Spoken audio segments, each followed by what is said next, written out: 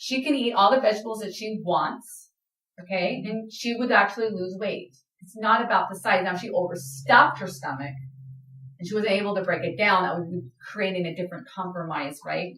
But I'm talking in general. There's no limiting. My patients eat, I'm going to talk to you guys later about eating 6 meals a day, okay? I want you to eating more meals in the right way. You actually have increased energy and you actually start losing weight, because in my office, losing weight is a side effect. It's a healthy, fantastic side effect. It's just one thing, okay? So did I kind of summarize that? Because I'm going to go digestion. What are good fats specifically? You will like avocado, nuts, coconut, like again, if it's cooked right, butter, it's cooked right. Anything that God made that's fat, so fish has natural fats in it, again, if you don't overcook it. If I say God made it, it's good for you.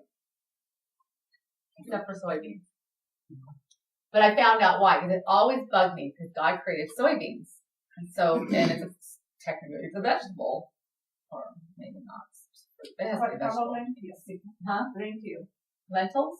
Yeah, you can have lentils. You put that on vegetables on it. I like it. Yeah, soup, yeah.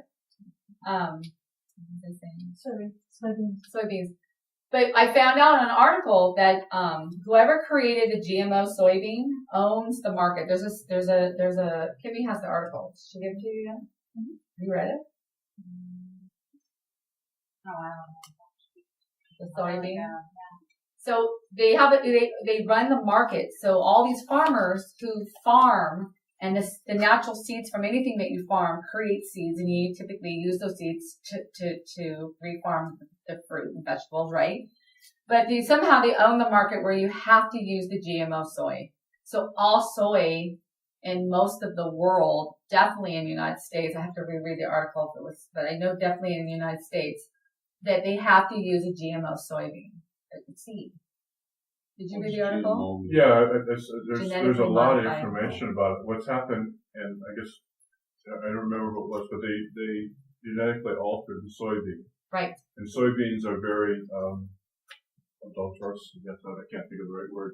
But they, you know how the pollen goes from plants to plants.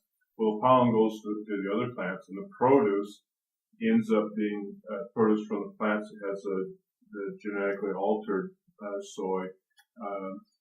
It changes the. Even if it is a natural seed, even if it's genetically natural. Modified seeds are screwing up the non-genetically modified. So they actually, it's not, God didn't create that. Exactly. Yeah. So it's modified, and so they've done studies. It's turning male rats or hamsters or mice or whatever it was, instead, I'm sure it was rats, testicles blue and red, and putting hair on their tongues, and by the 3rd generation they're completely sterile. And if we continue doing the thing is with rats, if this isn't a study, so you could always still have, but if our whole world becomes sterile, we're like screwed. I mean, how do you fix that? It is a serious thing that we're just not even like thinking is serious. I mean, it's traumatic. And as it already is statistically proven, every single generation, men's sperm are happening in half because of the way we eat, that we are actually having less production. So we're already going in that thing. We don't need to keep having more altered and more altered and more things. The reason why I do this health class is not because I already own this material. I'm not here for me. I'm here for you guys and your loved ones and Papa Bears and stuff like that, especially moms. Because if we do not start teaching our children in our weirdo society that cooking is actually cool.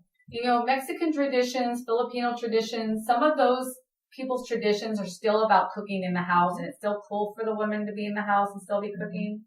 But especially in the white generations, my absolute worst patients are in their 20s because they don't know how to cook. They don't even know what a cooking pan is. They don't know what water is. They've only done soda pops. It makes me vomit if I see children coming out of bonds with their parents with coffee cups. To me, that's just like giving them alcohol. That absolutely infuriates me to no end because we're absolutely killing our adrenal glands. And if you go into phase 1, 2, 3 in the Addison's disease, you just don't have health. We cannot be killing our adrenal glands. And adrenal glands are by stress of all three, structural, chemical, and emotional. If you take a horse and you whip it, it runs. If you whip you and you can't run, you can go to sleep. Like that always killed me.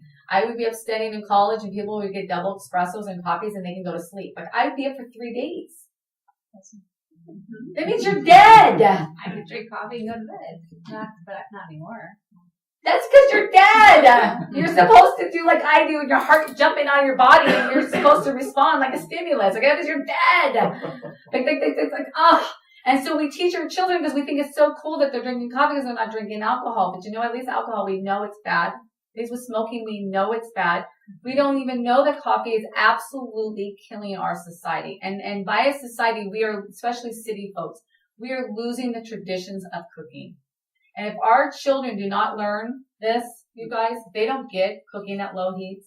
If they don't get that you're not going to get this at a restaurant, there is a difference between eating out and at home because of the oils. Just that alone. You cannot get a salad dressing. You cannot buy a salad dressing without it being processed. That means it's flipped. You got to make it yourself. It takes 3 seconds. Olive oil, osmotic vinegar, salt, pepper, and some other spice, and it's fantastic. I mean, we have to get back to the mindset of cooking in the home